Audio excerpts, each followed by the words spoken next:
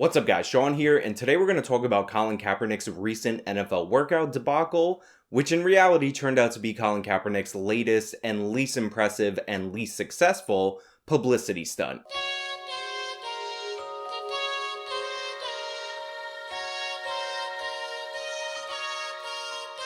But before we get started, I just want to remind you guys that I do have a Teespring store. The link to that Teespring store is in the description box of the video. And if you use promo code DUMBPROMO, you can get 10% off your entire order. What an amazing deal. The shirt should be selling for $10 million bazillion dollars, and Bernie Sanders should be coming to my house to rob me for all the profits that I should be making. But just for you guys, I marked them down. $19.99 gets you a t-shirt, and you get an extra 10% off. What are you even doing? Go over there and buy that. Well, come on, go buy that. Also hit the join button, Patreon, subscribe, star, blah, blah, blah, blah. Let's get into the topic. So I've yet to make an entire video relating to Colin Kaepernick on this channel, and honestly, I was hoping to go throughout the entire course of this channel without having to address him specifically with an entire video, because Colin Kaepernick, not that interesting of a topic for me. But this latest, and dare I say greatest publicity stunt workout that Colin Kaepernick pulled is just so good that I couldn't not talk about it. But for those of you who need a little bit of a refresher on the topic, Colin Kaepernick was one of these young run-first phenom quarterbacks. He actually made a Super Bowl in, I believe, his first or his second year. He ended up losing to the Ravens. And like many run-first quarterbacks whose passing isn't there yet, his career started to deteriorate after that Super Bowl run. Now, before you start typing in the comments, Sean, this isn't a sports ball channel. Why are you giving me all this information on the sports athlete, man, that I'm not really concerned with? I know, relax, you don't have to write that angry comment. The reason why Colin Kaepernick is in my sphere of the interwebs is due to what he'd started to do at the end of his career. And that was he started kneeling for the national anthem as a form of protest against police brutality and all the systemic systems of structural systemic systems of racialism that are supposedly still prevalent, still systemic, and still structural in the United States of America. Now, one of the reasons I never really talked about Colin Kaepernick throughout the course of doing videos on this channel is because I wasn't really offended that he was kneeling for the national anthem. I didn't care that he was kneeling for the national anthem. In fact, my number one objection to Colin Kaepernick's actions is that he actually started his kneeling campaign during the NFL preseason. And just on a moral and principle level, anything, and I mean absolutely anything, that seeks to draw attention to the NFL preseason is what I actually find extremely objectionable. Also, I thought that the hyper-focus on the kneeling aspect of what Colin Kaepernick was doing was actually a gigantic distraction, because Colin Kaepernick's rhetoric was the same social justice crap that I rebuke normally on this channel, but instead of talking about what he was actually bringing up, debunking it and pointing out how basic and low level his knowledge about the topics that he sought to address were, a lot of people on the right kept falling into this trap that is best described by YouTuber Stephen Michael Davis, or Steven Michael Davis.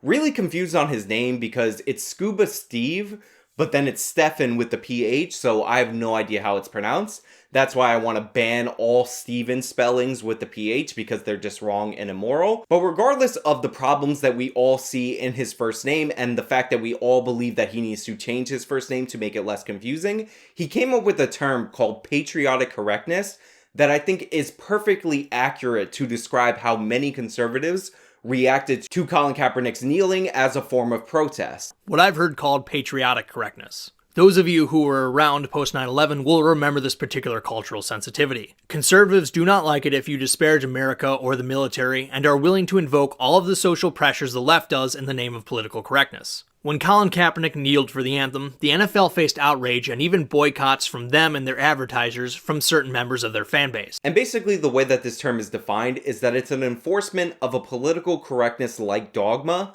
when it comes to patriotic symbols, where people on the right and on the conservative side tend to use all of the same tactics that the far left uses about everything else in relation to those patriotic symbols. And by the way, if this isn't obvious, I am definitely recommending this YouTube channel. The links to that YouTube channel will be in the description box of this video. Definitely check it out. Now, while I did have some issues with all sides of the Kaepernick circus, conservatives enforcing patriotic correctness, and Colin Kaepernick just being wrong on the issues that he's trying to talk about, and essentially pushing forward and regurgitating what I believe to be harmful social justice dogma. I did have underlying feelings when it was related to Colin Kaepernick. However, despite my reservations about this form of patriotic correctness that the right was trying to enforce on Colin Kaepernick and his supporters, I always believed that Colin Kaepernick was doing this in a large part not to be a champion of the issues or not to emphasize the issues he's trying to champion, but more to emphasize that he's championing those issues. I mean, it's one thing to kneel for the national anthem as a form of silent protest to what you believe to be an unjust system. It's one thing to work in the communities that you're trying to help. It's one thing to speak about the issues that you're trying to highlight in order to use your name to draw attention to them. But whether or not Colin Kaepernick started this protest out of genuine feelings or not, there were a lot of stunts along the way that made me feel like this was more about virtue signaling and playing the martyr, playing the victim, rather than advocating for victims. If you'll remember, while he and the 49ers were on the road in Miami to play the Dolphins, he was wearing, during the week leading up to the game in Miami, a shirt that praises Fidel Castro. Now look, far leftism and praising communist authoritarian dictators kind of go hand in hand, but you can't tell me that wearing that shirt in Miami, the place with the most Cubans, the place where Cubans literally swim 90 miles to get to escape from the Castro regime, was done by accident and was done not to draw attention to himself. I don't think Colin Kaepernick is that smart overall, but I can't believe he's dumb enough to do that by accident. But it wasn't just that instance. There was an instance where he was wearing anti-cop socks while he was doing a practice. He knew for a fact that people were going to photograph him, and he knew for a fact that people were going to notice those socks. And for a guy who's like, I'm just trying to silently protest for people of color like me, and I'm not doing this to be anti-police, to wear anti-police socks in a scenario where he knows he's going to get attention for wearing those socks seems a little bit odd. Then when Kaepernick's contract with the Niners expired, it started to become all about how Colin Kaepernick was looking for a team, but the NFL was definitely going out of their way to blackball Kaepernick. Now, while it is true that owners did talk about how Colin Kaepernick basically made him unsignable for a number of organizations based on his antics, there were teams that were looking to give him a workout either at backup quarterback or at the quarterback position due to an injury or due to the fact that their quarterback wasn't very good either. But every time it looked like Colin Kaepernick had found a team that looked like it was a good fit, that was gonna give him a workout,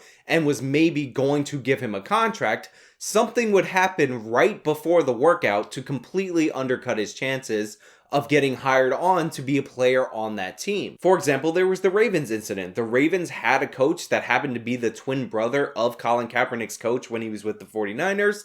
They were all set to give him a workout. Ray Lewis was advocating for him to get a workout with the Ravens. But right as the rumors of Colin Kaepernick getting a workout with the Ravens started circulating, Colin Kaepernick's girlfriend oddly tweeted out a photo juxtaposing Ray Lewis and the owner of the Ravens to Sam Jackson and Leonardo DiCaprio's characters from Django Unchained. Now you might think that's just random bad luck, or Colin Kaepernick's girlfriend just had an issue with the Ravens because she thought that they were giving him a back and forth. But Ray Lewis is the exact former Ravens player who was advocating for the owner of the Ravens to give Colin Kaepernick a chance. So it seemed really weird that of all the players that she was going to tweet out this insulting comparison of with the Ravens owner, it would be Ray Lewis. It appears to me like this was an actual sabotage, a self-sabotage on behalf of Kaepernick, because he was making way more money as a martyr being excluded from the NFL than he would have made as a backup quarterback in the NFL. Now you might think that sounds crazy because veteran players in the NFL, even backup veteran players in the NFL, make really good money. But think about all the money that Colin Kaepernick made just based on the fact that there's a perception that the NFL is barring him from playing in the league. There's direct money, like the undisclosed settlement that Kaepernick reached with the NFL related to this issue, and there's the giant Nike contract that's entire campaign is based around the fact that Colin Kaepernick sacrificed everything to stand up for what he believes in. So yes, I do believe that Colin Kaepernick has made the calculation that him being blackballed from the NFL is more profitable and a lot safer because he's not risking injury, and helps his name get out there more because a backup quarterback doesn't draw a lot of attention than actually playing in the NFL would. And to me, this latest stunt all but confirms that. Because Colin Kaepernick, despite all this, was recently given the opportunity to work out for what I believe is 25 NFL teams that were going to show up and show his talents and maybe actually get signed to an NFL roster, which is good for Kaepernick because according to Colin Kaepernick, what he's been saying all along, he is looking to play in the NFL. I've been ready for 3 years. I've been denied for 3 years. But rather than work out for the 25 NFL teams that the NFL actually arranged to show up at Mercedes-Benz Stadium in Atlanta, Georgia, Colin Kaepernick at the last minute, literally at the 11th hour, decided it would be a good idea to demand that the NFL go meet him at a high school in Georgia with his own camera crew and watch him work out there because he wasn't going to work out in the way that the oppressive NFL wanted him to work out. Now, even with these last minute demands that went against the agreement that the NFL teams had reached with Colin Kaepernick and completely changed the time, 10 teams actually did go and see him work out at that high school. And you're going to be shocked and surprised to learn that this was totally and completely a publicity stunt for Colin Kaepernick, because when they went to go see him work out, he was wearing a Kunta Kinte shirt while he was doing his exercises. Now, Kunta Kinte, for those of you who are unaware, is a character in the TV miniseries Roots, and he's most widely known for the scene in Roots where the slave master is trying to impose a slave name on him of Toby, and he keeps whipping him, but he still maintains and holds strong and says Kunta Kinte over and over again because he's not going to give in and be owned by the white slave master. So Colin Kaepernick, who definitely wants to play in the NFL, and in fact he's wanted to play in the NFL for the last 3 years, and totally doesn't want to be a martyr because he's not trying to be a martyr, he's just trying to play in the NFL, decided to wear a shirt with the name of a character who is best known for being a martyr, and at the same time insult NFL owners by comparing them to slave owners. We all know why I came out here, showed it today in front of everybody. We have nothing to hide. So we're waiting for the 32 owners. Whoa, Colin, I gotta stop you right there because there's actually 31 owners in the NFL. I know that's a bit confusing because there's 32 teams in the NFL, but the Green Bay Packers are actually owned by the city of Green Bay and its residents that buy shares in the Green Bay Packers. 32 teams, Roger Goodell, all of them to stop running. Stop running from the truth, stop running from the people. We're out here, we're ready to play, we're ready to go anywhere. My agent Jeff Nally is ready to talk to any team. I'll interview with any team at any time.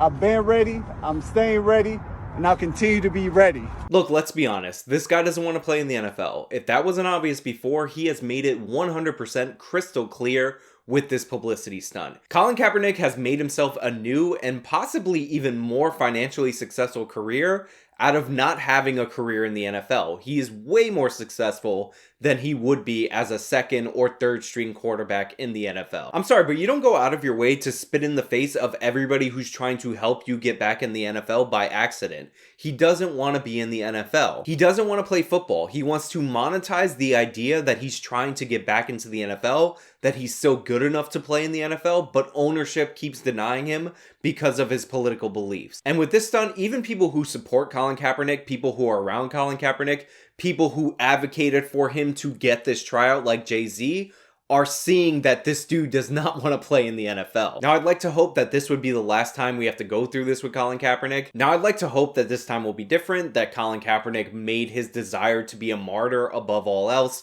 super obvious to anybody going forward, that celebrities like Jay-Z and advocates who were burned by Colin Kaepernick after advocating for him to get this workout would back away from him. But let's be honest, Kaepernick's 32 years old, and a lot of people on the far left still see him as a deity. So until he makes it over the hump of 35, 36, and he literally is too old to play in the NFL, or he's been out of the league, and it's a combination of out of the league and too old to play in the NFL, we're going to keep hearing about potential Kaepernick workouts, Kaepernick being blackballed, yada, yada, yada. But let me know what you guys think in the comments down below. That's all I really have for you guys today. If you like this video, then please show me by leaving a like. You can subscribe for more content. Follow me on all my social medias. If you want to support me, go to my Teespring store, hit the join button, monthly Patreon subscribe star, one-time donations on Venmo or PayPal.